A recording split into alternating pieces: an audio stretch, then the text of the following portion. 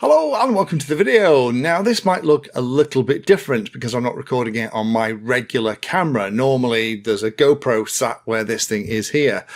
This, believe it or not, is actually the live kind of view from the camera that's on here, and this is the SJ Cam C400.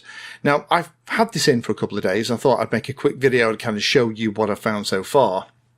I've been looking for a little camera like this that would kind of fit in a pod. This is just the hand grip. We're using it in one of the 3 different ways that you can use it. And I'm kind of interested in this. I use a lot of GoPro stuff here. I've seen the DJI Osmo stuff, but I don't want to buy any more DJI kit if I really have to. And then this thing kind of appeared. Now, SJ Cam in the old days used to be one of those people that made action cameras to compete with people like GoPro, and I used to use them quite a lot in the hobby, only because I didn't want to risk a £300-400 pound unit in the nose of a plane or the top of a quad. Lots and lots of people made spaces at the front of their models back in the day, people like ZOHD and others, to put your GoPro in, and I was never comfortable with that because that's the worst possible place to put a camera, because when you have a crash, the nose is usually what gets it first. So I've been kind of keeping my eyes open for an action camera that I can use in several different ways.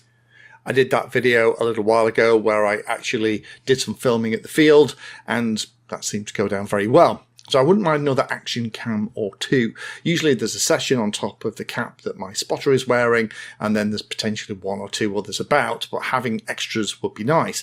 Also, doing pieces to camera while at the field when I'm not with somebody else would be very handy too. So I thought, you know what, let's get this in and give it a try. As usual, this isn't particularly expensive for the amount of technology that you've got. SJ Cam tends to not charge a premium, and this comes with everything you need in the box pretty much, and there's additional accessories too. So I thought I'd show you how it comes and show you some sample footage, and then over the next 6-8 weeks, if I get a chance to get out and fly, or if I'm just walking around, I'll do some sample footage, and then you can kind of see what it's like in action. But the fact it's got anti-shake, the fact it's got something called horizon lock, could potentially mean that this little thing that's currently in front of me and I'm recording to could potentially go on top of a quad or something else. But before I get ahead of myself, let me show you what it comes like in the box and go through the specs. So this is how it comes in the box. Everything kind of comes in here. There are additional pieces, but this is quite full of stuff, more than I expected. The sensor inside this is a 1 by 2.8 inch CMOS sensor. Field of view on this is pretty big, 154 degrees, which is actually great for things like vlogging and other stuff as well. Aperture is f2.0. Encoding can be H.264 or 265. There's actually that option. Displays are a 1.3 inch touchscreen on the device itself and a 2.29 inch touchscreen on the handle. Video format is going to be MP4. Photo format is JPEG. Slow motion is available in 2K, 1080p and 720p at 2, 4 and 8 times respectively. It does do loop recording, so by default it's set to 3 minutes, so every 3 minutes it starts a new clip. It goes up to 10 minutes, or you can turn it off. I've set mine at just 10 minutes, which is what a lot of my GoPros are set to. ISO is set for 100 to 3200. There is also the ability to turn on distortion correction, which takes care of the fisheye that you get from such a wide angle. Stabilization inside this is either a 6-axis gyro, and it gives you a couple of different options. I'll show you those in a minute. Wi-Fi is 2.4 and 5 gig. Balance exposure is plus or minus 3 EV. Lots of different white balance options here: auto, daylight, cloudy, tungsten, fluorescent and underwater. It does obviously have a remote control, can live stream to YouTube. I may play with that in the future. There is a waterproof case inside this box. Let me just, while I pull all these things out, carry on with the specs. It does have the waterproof case that you'll see in a moment that's good to about 30 meters. Connection port and everything is USB Type-C. Can be used as a webcam. Does have a built-in mic. Sadly, no port for an external mic. One of the few things it doesn't have. This is the little adapter that can go in the bottom of the handle and then provides it with a kind of a regular GoPro style action mount so that you can put the whole thing in there if you really want to. I'm probably not going to use this, but it's nice to have the option in the case. This is the waterproof case. I haven't tested it. Other people have and say that it is, but this is pretty standard stuff if you wanted to do a little bit of snorkeling or scuba diving with it, or maybe have it on a paddleboard or a canoe or something. It does have a speaker inside, so you can play stuff back. Storage is a micro SD card up to 512 gig. There was a micro SD card in this kit, a 64 gig one. Not sure if that's going to be in every one of them, but there is one in there, so that saved me having to open a new packet for that. This is the clip that you can put the camera into and clip it onto stuff, maybe onto the shoulder of something like a backpack or something else like that. Battery. Now, there's actually two batteries in this. It's all lithium ion technology. There's a 1250 milliamp hour and a 3000 milliamp hour set together, so both of those give you a pretty long time. So the battery life in the C400 is 437 minutes, running at 4K 30 frames a second. That's with a handle and the built-in battery. If you're just using it with a pocket, you get about 172 minutes on 4K 30 frames a second. But to be honest, I'm going to be probably recording in lower resolutions just to keep file sizes down. Weights on this, the C400 is 189 grams and the C400 Pocket is 54 grams. Dimensions are 63 by 32 by 25.5 millimeters without the battery handle, and 143.5 by 38.5 by 38.5 with the battery handle. Last couple of pieces here that come as standard. There are some extra ones as well. These are probably the most useful of the two out of the cases. But as you can see here, you get an awful lot. So now the unboxing's done, you've seen all the bits that you get. Let's go through the basic operation. So we have the actual camera itself and we have the handle. So all you need to do to use them together is just push the camera in like that to power it up. You just rotate the screen, which is very similar to lots of other devices that are out there. Things like the Osmo feel very similar to that. And it'll take a second to boot up, get a little twitch, and then we're recording. There we are. We actually have the live image on the back. I'll bring it up so you can hopefully see it a little bit better. Everything's touchscreen, so we can change things like the resolution. 4K 30 frames a second is the maximum that we have. Sadly, I would have liked a little bit more. 2K 60 frames a second, 2K 30 frames a second. Then we go from 1080p, which goes from 120 to 30 frames a second. Then 720p, which again is 120 to 30 frames a second. And then we have the different video encoding, 264, 265. Whether or not we're looping the video, again, I've set mine to 10 minutes. I have got the distortion correction turned on for the image. Image stabilization can be off. The ordinary anti-shake, which is just like a smoothing setting. And then we've got horizon steady. I'll show you those one. I'll show you some footage in a minute. Pre-record, what the exposure is, white balance, all that jazz. And then we have in the settings, different languages, date and time, the power on, indicator lights, all that stuff. So if we scroll down, we get like a shortcut menu for the different features. If we scroll up, then we get access to the menu, and we can scroll across and we can have dash cam mode, live streaming, grab from video, all that stuff. So let's just go back to good old video and I'll show you how it all works. Again, there's lots and lots of options with that. You can just scroll left and right if you want to kind of change the settings very quickly, like you can do with most of these things. So this is kind of the first way to do it. Now, if we were actually recording ourselves right now, if we wanted to use the front screen, then we can just slide, and now the front screen is available with the same menu system in here. The back screen at this point goes off, but this is handy if you're shooting yourself. You can actually, hello, you can actually see yourself at the front, and it's a full view of what's going on rather than the cropped view that I get out the front of lots of the GoPros that I have here. So when I start shooting, I know exactly how everything is framed.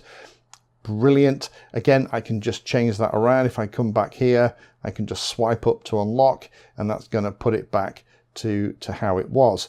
To turn it off, we just rotate the screen. Default is for 3 seconds to shut down, and it's off. So that's the first way to use it, which is just like an Osmo style setup. Second way is to unlock it. You just kind of pull in both these tabs.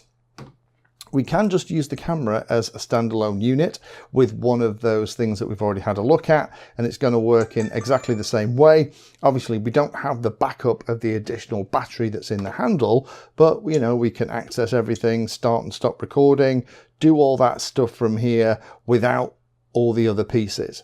So that's quite nice. So turn that off. So the last way to use it is the way that I was using it in the introduction, where what we can do is we can actually power on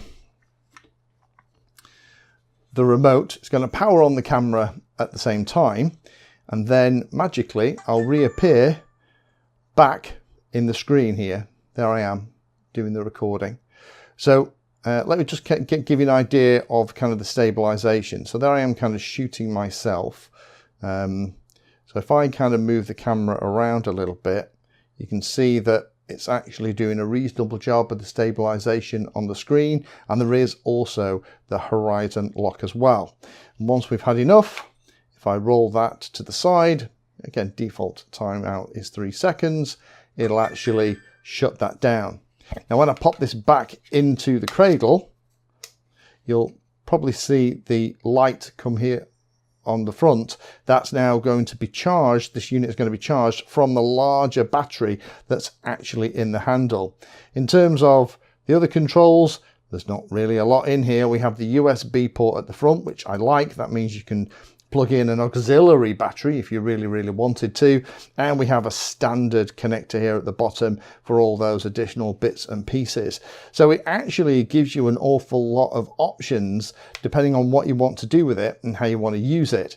So let me just show you what some more footage it is like. Let me show you what it's like outside and what it's actually like shooting, and do a bit of comparison with 4K and 1080p.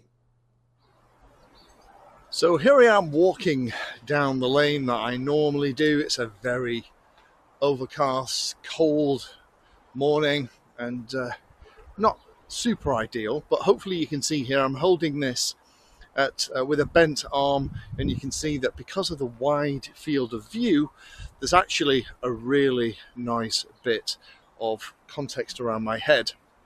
If I hold it at arm's length, it kind of looks like that.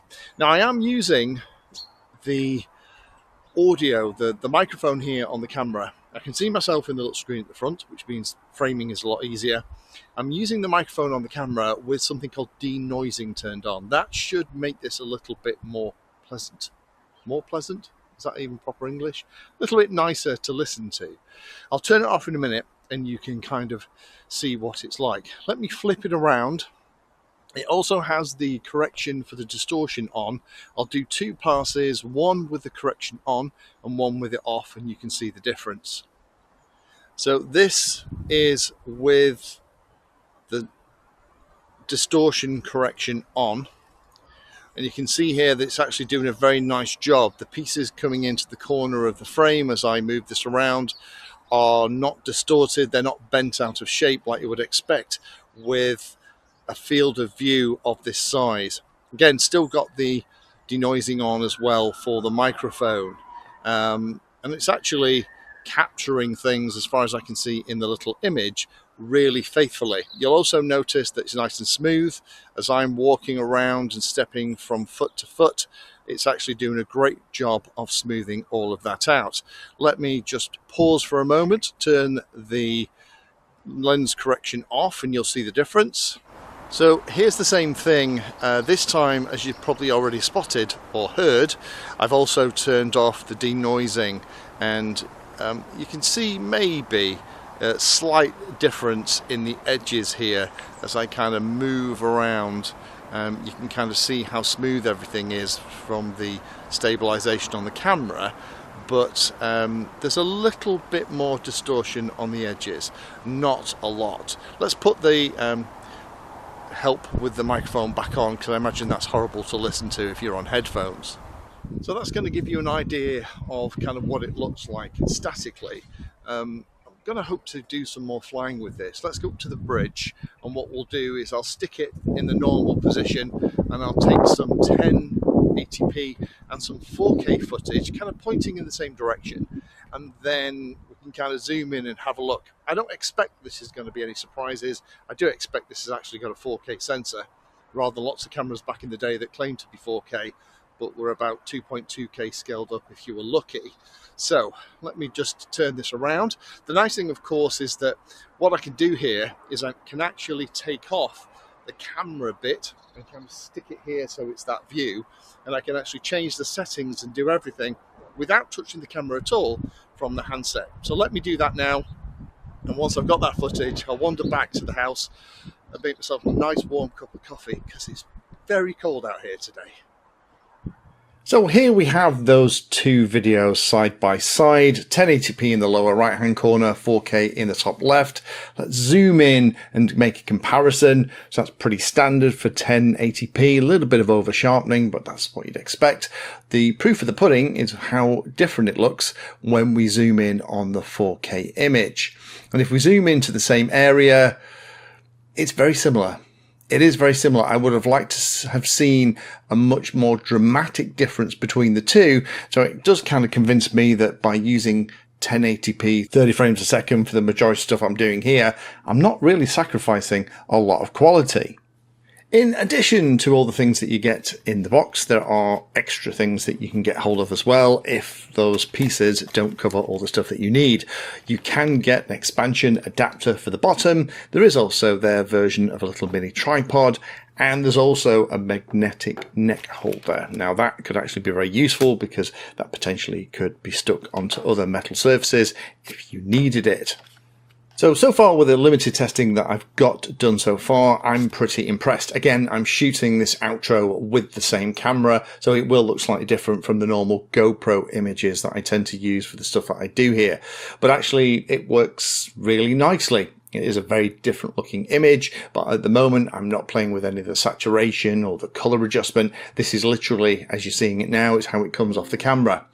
I am going to be using it over the coming weeks and months, as I can with the weather as it is. I'm going to be using it for shooting stuff on the bench, going to be taking it to the field, and potentially, if I get a chance, actually stick it on the front of a quad and fly it around as well. I'm interested to see how that horizon lock actually works in practice. There are only a few things that I wish it had that I cannot see on it at the moment. The first is that I would love an external mic. The internal mic is okay if you're facing it. Even when you're using it with the camera facing away from you, it still seems to pick up your voice okay. But actually, many of us who do this kind of thing and would use something like this would love some kind of clip-on mic or some kind of ability to plug that in. It's a real shame that that's missing. Would also like the ability to record with the actual camera on its side. It always has to be vertical. Everything I've shot so far has been with it vertical. Being able to put it on its side and still get a 16:9 image would be great. You can record both vertically and in landscape and portrait mode, I guess is what you'd say for that. And I would love the ability to be able to lay it down and record still that way. You might still be able to do it, but it might involve you having to flip video and stuff in your video editor. It'd be nice if that was a function available, and who knows, that might come in a firmware update. I can't seem to reduce the field of view from the whopping 150 odd degrees. Now, there is a setting in here, it seems to be grayed out and set to wide. Maybe that'll get fixed soon. It might be something genuinely I'm doing wrong. I haven't found the magic combination to change that. I would like to bring the very wide field of view in just a smidgen. I find that for selfies, it's great. But for general filming, you've got lots of dead area in the corner of the frame. And that's about it, really. So stay tuned. This is a lot of camera for the money, and the functionality is actually really good. SJ Cam, this is probably the most sophisticated, grown-up, nicest performing thing from you that I've had in from a very long time. So good, in fact, as I said, I am going to continue to use it. I will probably collate all the footage that is going to be in videos over the next month or two, and then maybe circle back maybe early February, and we can have a look at all that footage, and then I can talk more seriously after using it for a long enough period of time about what my actual thoughts are and do what I would consider a proper review. So stay tuned for that, and as always, happy flying. Thank you for watching my video. Check out the playlist, and adding Painless 360 to your search terms will help you find my content. If you haven't done so already, please hit the like and subscribe button. It helps a lot. You can support the time I spend here answering questions and helping others by using the links in the video description.